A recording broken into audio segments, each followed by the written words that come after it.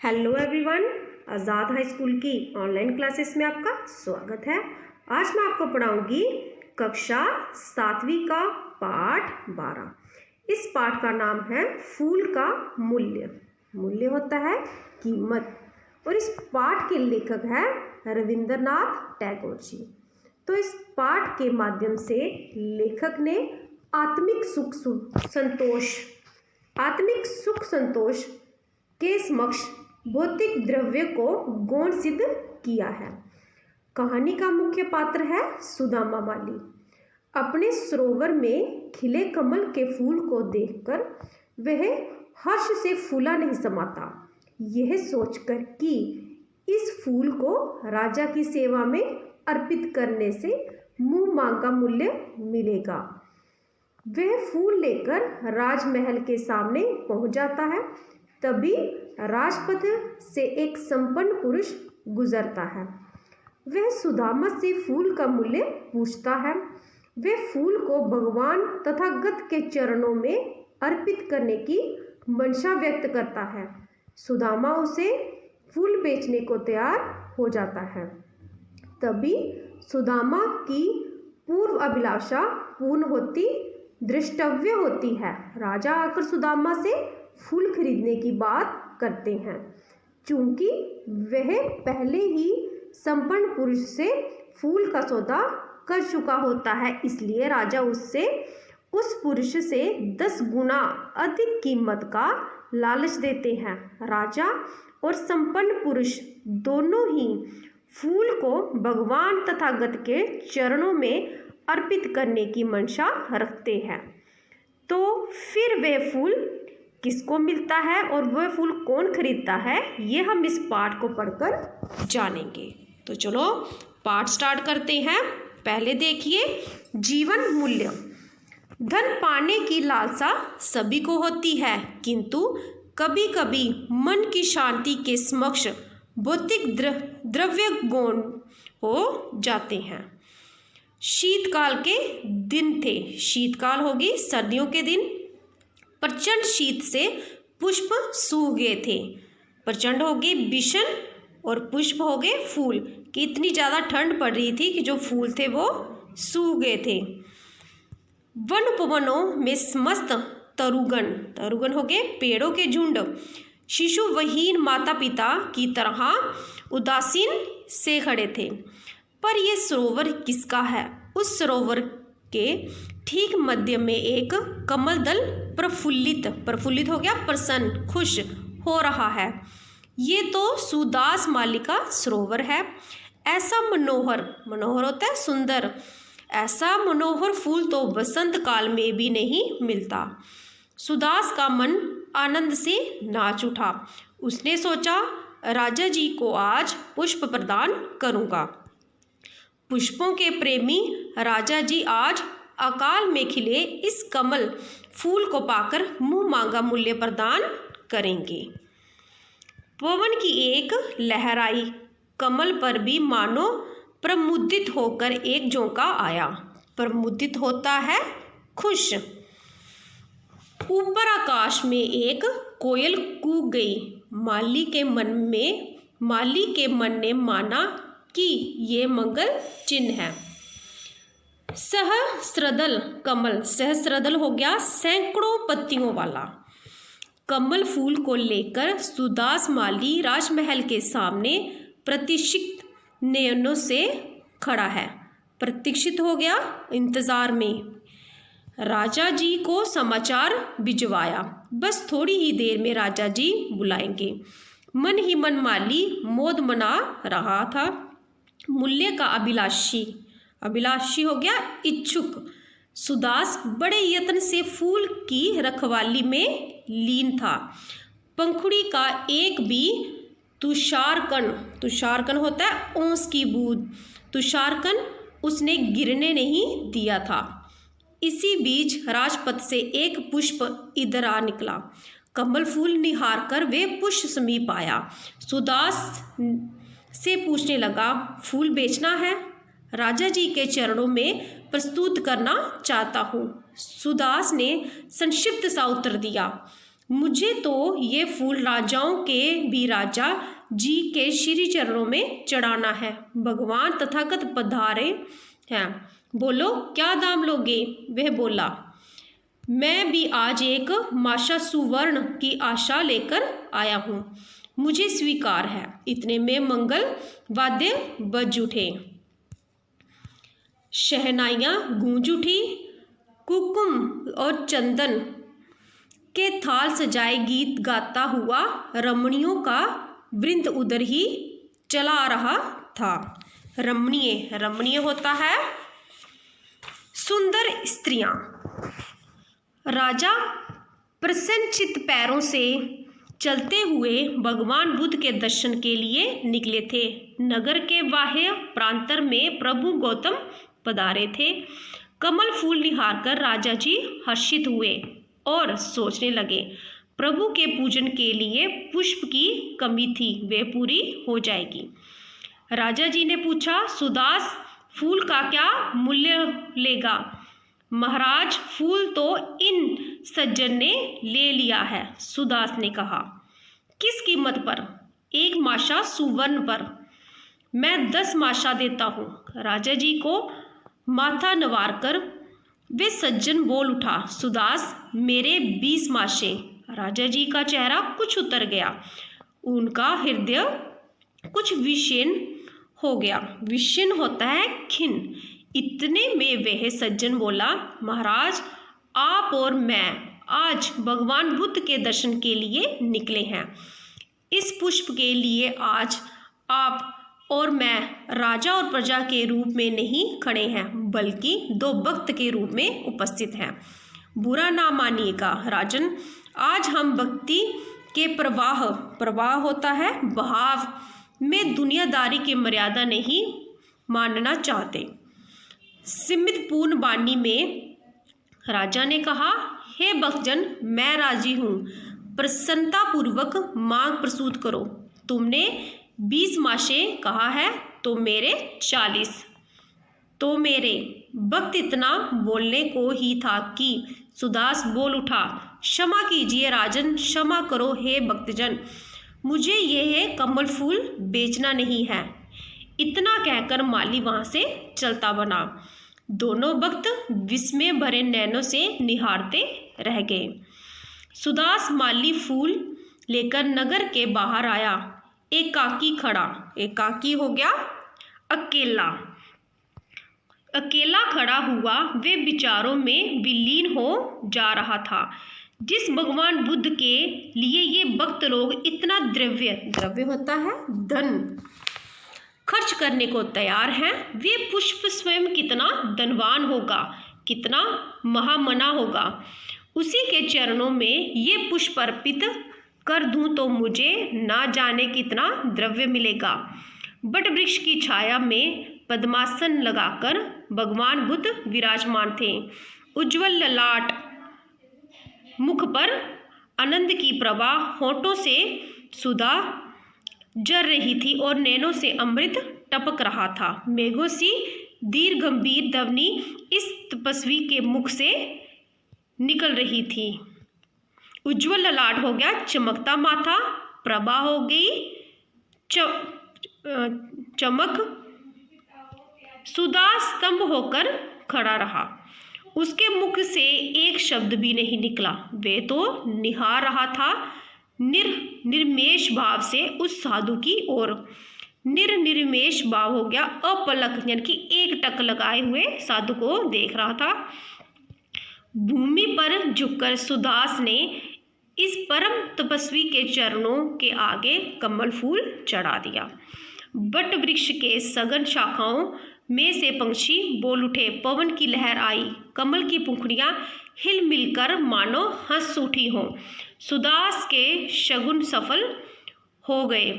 सीमित भरे मधुर स्वरों में भगवान बुद्ध ने प्रश्न किया, हे वत्स, कुछ कहना है, कुछ चाहिए? गदगद स्वर से माली ने कहा, और कुछ भी नहीं, आपके चरण रज हो गए धूल, चरणों की धूल की मात्र एक कणिका। तो ये था हमारा पाठ। आगे चलिए, अभ्यास के लिए प्रश्न क, पाठ में किस ऋतु का वर्णन किया गया है वह कैसे? इसका उत्तर है पाठ में शीत ऋतु का वर्णन इस प्रकार है। शीतकाल के दिन थे, प्रचंड शीत से पुष्प सूख गए थे, वन उपवनों में समस्त तरुगण अर्थात वृक्ष शिशुविहीन माता पिता की तरह उदासीन खड़े थे। प्रश्न ख, सुदास का मन क्या देखकर आनंद से नाच उठा? इसका उत्तर है सुदास का मन अपने सरोवर के ठीक मध्य में प्रफुल्लित कमल दल को देखकर आनंद से नाच उठा। उसे लगा कि ऐसा सुंदर मनमोहक फूल तो बसंत काल में भी नहीं खिलता, जबकि अब तो शीत ऋतु है। इसे देखकर राजा उसे मनचाहा मूल्य देंगे। प्रश्न ग, सुदास राजमहल के सामने प्रतीक्षित नयनों से क्यों खड़ा था? इसका उत्तर है सुदास अपने सरोवर में खिले कमल के फूल को लेकर राजमहल के सामने पहुंच गया और प्रतीक्षा भरे नेत्रों से राजा के आने की वाट जोहने लगा। उसे विश्वास था कि राजा उससे कमल का फूल मुंह मांगी कीमत पर खरीद लेंगे।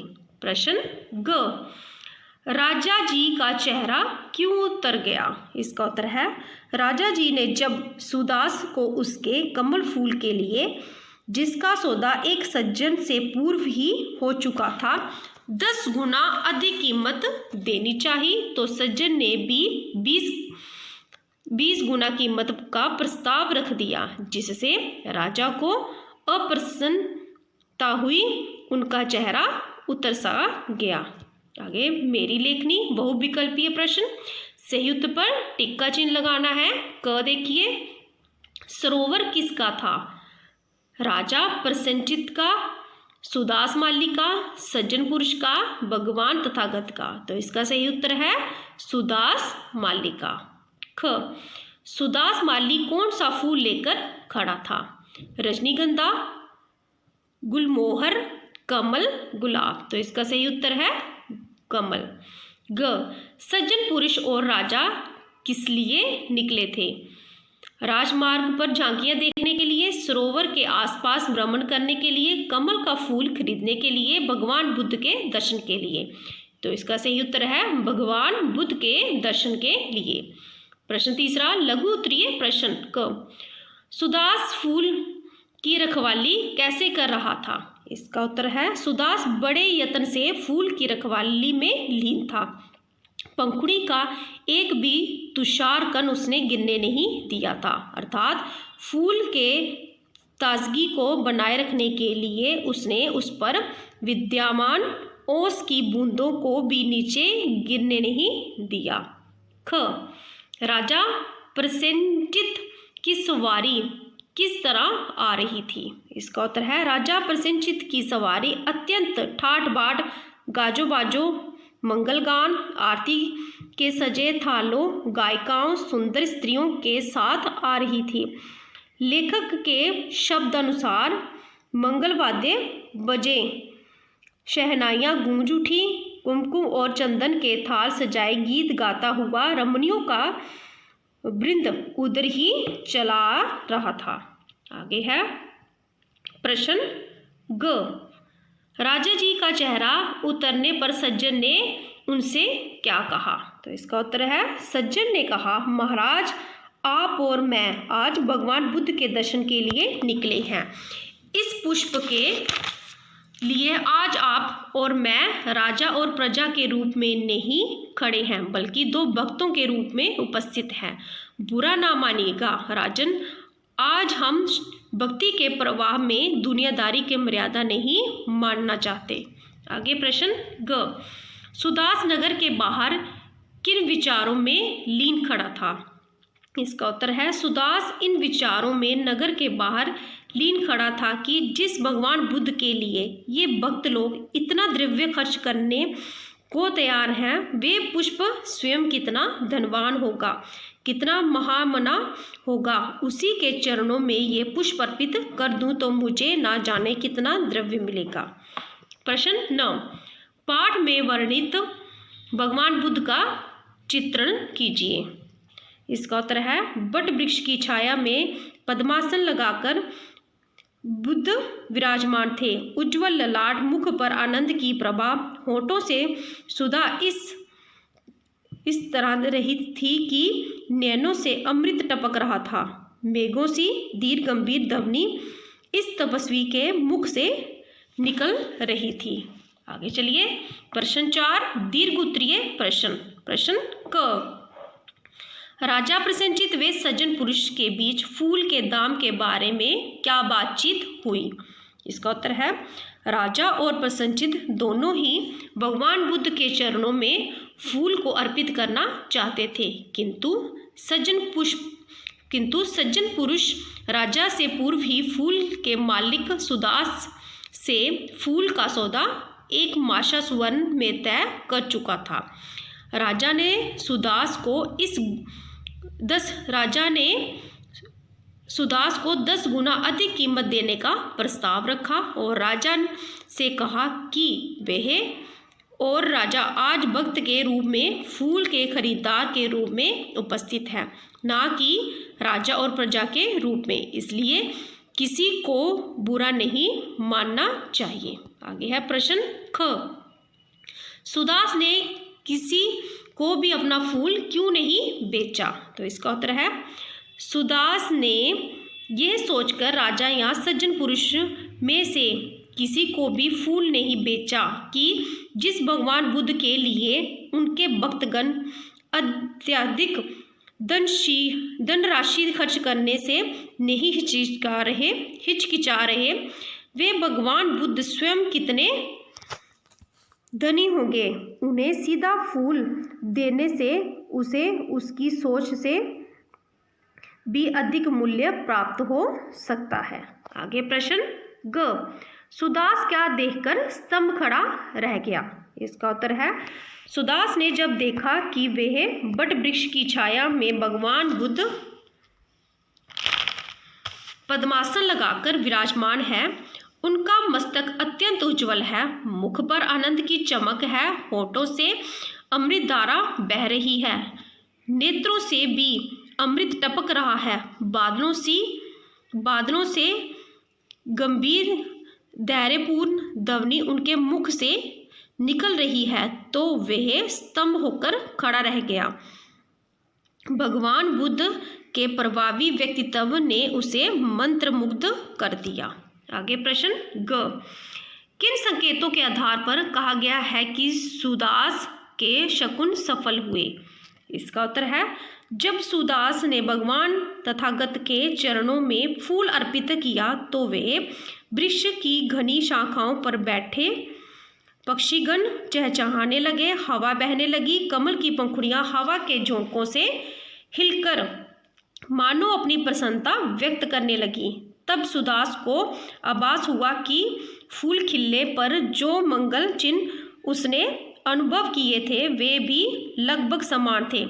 तब भी हवा का झोंका आया था, कमल के फूल को मानो प्रमुदित कर गया था, आकाश में कोयल कूकी थी, अब भी वही सब दोहराया गया है, इसलिए उसे लगा कि उसके पूर्व आभासित शकुन सफल हो गए। अब देखिए प्रश्न 9, और कुछ भी नहीं, आपके चरण रज की मात्र एक कणिका। सुदास के इस कथन का आशय स्पष्ट कीजिए। तो इसका उत्तर है सुदास के इस कथन का आशय यह है कि उसे फूल की कीमत स्वरूप भगवान तथागत से 1 रुपया भी नहीं चाहिए था, क्योंकि उसने उससे कहीं अधिक पा लिया था। भगवान के दर्शन मात्र से जिस आत्मिक संतोष का अनुभव उसे हुआ था वह अमूल्य था। सुदास भगवान बुद्ध के चरणों की धूल का एक कण मात्र पाने का अभिलाषी था। उसके लिए भौतिक द्रव्य, रुपये, पैसों से कहीं अधिक कीमत अनमोल वह कण हो गया था। उसने जीवन के सच्चे सुख का साधुजन के दर्शन संगत मात्र से प्राप्त होने वाले संतोष का अनुभव कर लिया था। यह अनुभव सुख रुपयों पैसों से प्राप्त होने वाले सुखद अनुभव की भांति क्षणिक नहीं था। तो आगे चलिए, भाषा और व्याकरण। जिस शब्द से किसी काम के करने या होने का पता चलता है उसे क्रिया कहते हैं। क्रिया के दो भेद होते हैं, पहला है सकर्मक क्रिया, दूसरा है अकर्मक क्रिया। तो आगे देखिए प्रश्न 1, निम्नलिखित वाक्य पढ़कर क्रिया के भेद लिखिए। पहला देखिए, क शीतकाल के दिन थे। तो ये कौन सी क्रिया है? यहाँ पे कोई क्रिया नहीं है हो रही है, यहाँ पे कोई काम नहीं हो रहा है, तो ये अक्रमक क्रिया है। दूसरा, राजा जी को आज पुष्प प्रदान करूँगा। तो यहाँ पे क्रिया हो रही है, यानी कि काम हो रहा है, जहाँ करूँगा जहाँ करना है, तो यहाँ पे क्रिया है, तो ये है सकर्मक क्रिया। ग पवन की एक लहर आई, ये भी सकर्मक क्रिया। ग भगवान तथागत पधार रहे हैं, यहाँ पे भी काम हो रहा है, तो ये भी सकर्मक क्रिया है। न आकाश में एक कोयल कूक गई, ये भी सकर्मक क्रिया है। च सुदास फूल का क्या मूल्य होगा, तो ये भी सकर्मक क्रिया है। आगे चलिए प्रश्न दूसरा, शब्द परिवार बनाइए। जैसे राज, राज का शब्द परिवार बनिएगा। जैसे एक उदाहरण दिया है राजनगर, तो ऐसे आगे लिखना है राज परिवार और राजकुमार। दर्शन का जैसे एक उदाहरण दिया है दर्शक, दर्शकगण और दर्शनीय। धन, धनिक दिया है धनवान, धनहीन। ये दो दो खुद लिखने हैं। आगे चलिए प्रश्न तीसरा, वान या मान प्रत्यय लगाकर नए शब्द बनाइए। जैसे बुद्धि दी है तो इसके साथ लगेगा बुद्धिमान, धन धनवान, यश यशवान, गुण गुणवान, बल बलवान, शक्ति शक्तिमान। तो यह था हमारा कक्षा 7वीं का पाठ 12। अगली वीडियो में मैं आपको पाठ 13 पढ़ाऊंगी। तो अगर आपको मेरी ये वीडियो पसंद आई हो तो इसे शेयर और लाइक ज़रूर करें। Thank you.